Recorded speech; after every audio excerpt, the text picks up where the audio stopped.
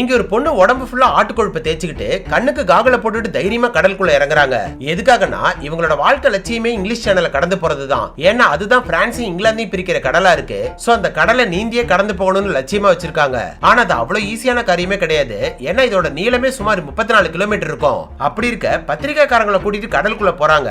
இன்னொரு போட்ல இவங்களோட கோச் ரூட்டை காட்டுறதுக்காக கூடவே வராரு. ஆனா அவருக்கு இவங்க இந்த சாதனையை பண்ணிட போறாங்கன்னு உள்ளுக்குள்ள ஒரு பொறாம இருக்கு. சோ அவங்க 10 கிலோமீட்டர் தாண்டறதும் அவங்களுக்கு ஆப்பிள் கொடுக்கறதா சொல்லி அவங்கள தொடறதுக்கு பாக்குறாரு. அப்பதான் டிஸ்குவாலிஃபை ஆயிடுவாங்கன்னு அப்படி செய்யறாரு. ஆனா அவங்களோட நல்ல நேரம் அடிச்ச காத்துல போட் பேலன்ஸ் இல்லாம போய் அந்த ஆப்பிள கடலுக்குள்ள போட்டுறாரு. இன்னும் கொஞ்சம் தூரம் போனதும் இவங்களுக்கு எனர்ஜி கொடுக்கறதுக்காக டீ கொடுக்கறதா சொல்லி இவங்களுக்கு ஒரு பாட்டில தூக்கி போடுறாரு. அவங்களும் நீந்தி வந்த டயர்ட்ல கடலுக்குள்ள இருந்து அந்த டீயை வாங்கி குடிக்கிறாங்க.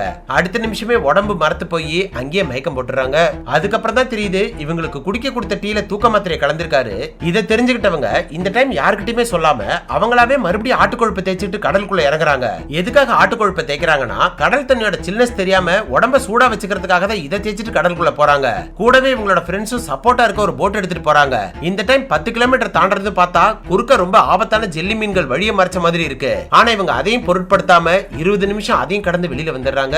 அதை கடந்து வந்ததுக்கு அப்புறம் தான் தெரியுது உடம்பு ஃபுல்லா ஒரே காயமா இருக்கு. அப்பயும் அவங்களோட முயற்சியை கைவிடாம போய்கிட்டே இருக்காங்க.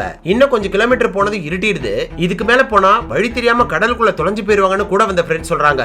அவங்க சொன்ன மாதிரியே கொஞ்ச தூரம் போறதுக்குள்ளேயே போட் ஒரு பக்கம் இவங்க ஒரு பக்கம் தொலைஞ்சு போயிடுறாங்க. சோ இதோட இவங்களோட வாழ்க்கையே முடிய போகுதுன்னு நினைச்சிட்டு இருக்கும் போதுதான் தூரத்துல கரையில நிறைய நெருப்பு வெளிச்சம் தெரியுது. உடனே அந்த வெளிச்சத்தை பார்த்து நீந்தி போறாங்க. அங்க போய் பார்த்தா இவங்களோட சாதனையை வரவேற்கிறதுக்காக மக்கள் தீப்பந்தத்தோட காத்துட்டு இருக்காங்க.